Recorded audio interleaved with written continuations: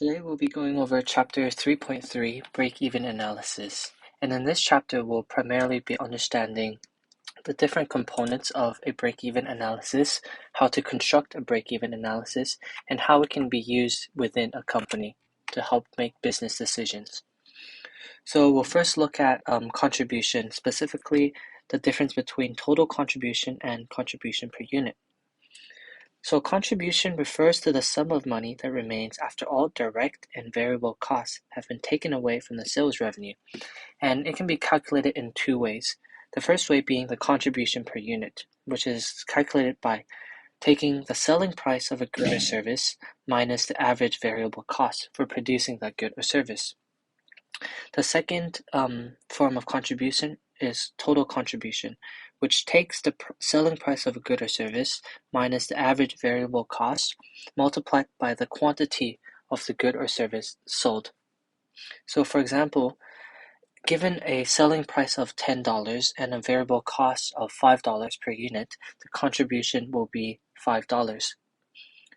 And contribution analysis can be used by a business in different ways. However, the main way that we'll be focusing on is the break-even analysis.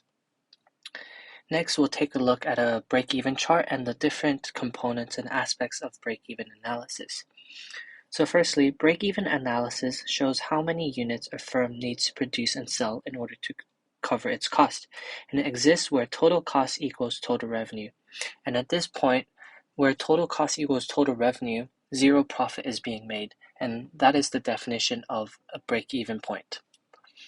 So to determine the break-even point, we can use three methods. The first method being the total revenue equals total cost rule. And this involves comparing total sales revenue with total cost. And as mentioned, at this point, profit that the company earns is zero. The second method is by using the contribution per unit rule. And as we mentioned earlier, contribution per unit is calculated by taking the selling price of a good or service minus the average variable cost for producing that good or service. And using the contribution rule, the break-even point is calculated by taking the fixed cost of producing that good or service divided by the contribution per unit. And lastly, we can also identify the break-even point by interpreting and looking at a break-even chart as a whole. So next we'll look at a break-even chart, which we can see in this diagram. We'll look at the different components that a break-even chart should include. The first component of a break-even chart includes the break-even quantity, which shows the level of output where total cost equals to total revenue. And as we can see in this diagram, this is the break-even quantity because at this point, the total revenue curve intersects with the total cost curve. And at this point, zero profit is being made. And the second component is the break-even point, which again we mentioned earlier, is the position where total revenue equals total cost. And lastly, we have the total revenue and total cost curve. And so these are the three components that you'll have to include when drawing your diagrams, when drawing your break-even charts during your exams.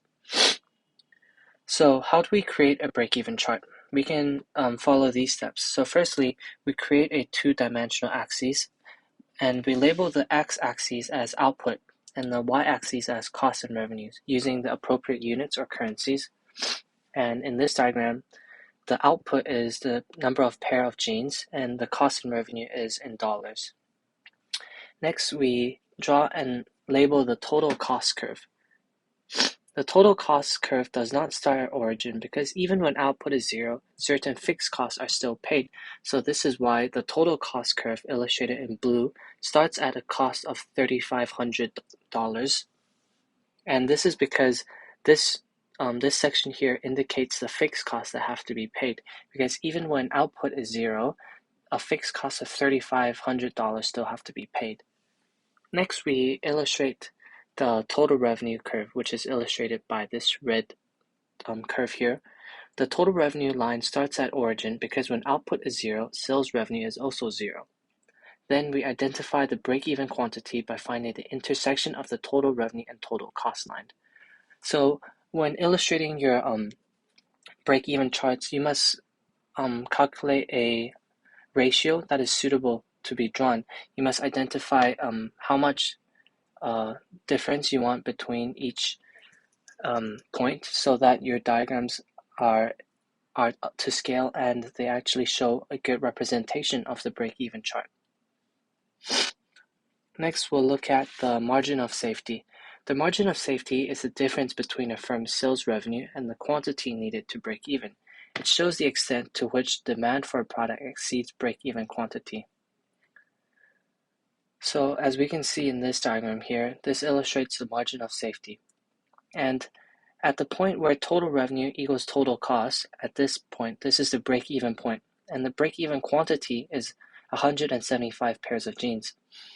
However, the level of demand is much higher at 280 pairs of jeans, and the difference between the actual level of demand and the break-even quantity shows the margin of safety.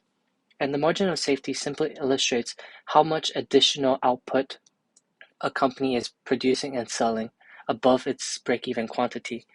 And in this diagram, and in this example here, we can see that the company can sell 105 pairs of jeans less and still be able to have zero profit and not make a loss.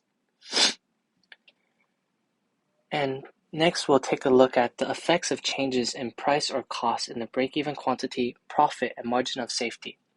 So there are different factors that can cause changes in the break-even analysis and can cause the predictions to be different from the actual values. The primary points being the difference between short-term and long-term profits. The level of demand is also subject to change. The profit depends on the level of risk involved, and lastly, the innovation and the introduction of new technologies. And these are all factors that can cause the predictions of a break-even quantity to be different from its actual value. And these are just points to note and be able to apply during your exams. And lastly, we'll take a look at the benefits and limitations of break-even analysis.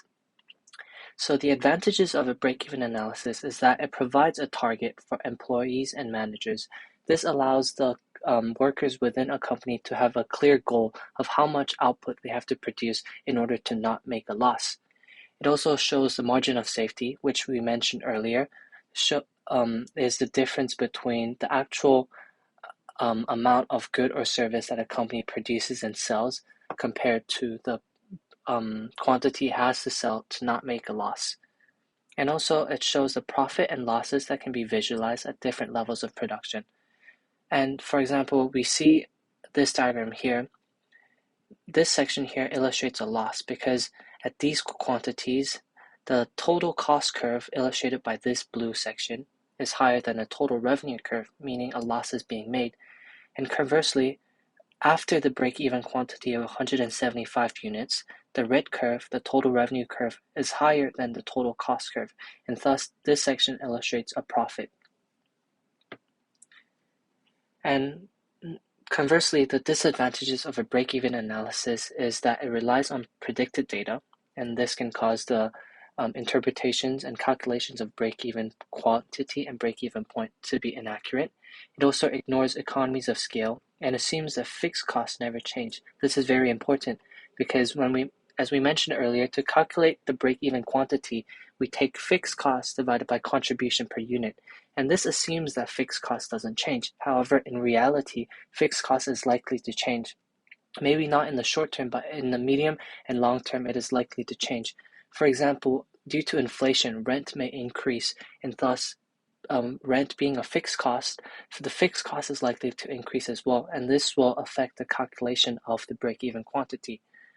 So in this chapter, what we have to remember is how to interpret a break-even chart, the different components needed to draw a break-even chart, as well as margin of safety, but also how to calculate break-even quantity, which using the most simple rule, the contribution per unit rule, which takes fixed cost divided by contribution per unit. And this is the simplest way to calculate your break-even quantity, but also using the TR equals TC rule, looking at the total revenue curve and the total cost curve and identifying the level of output at which those two curves intersect.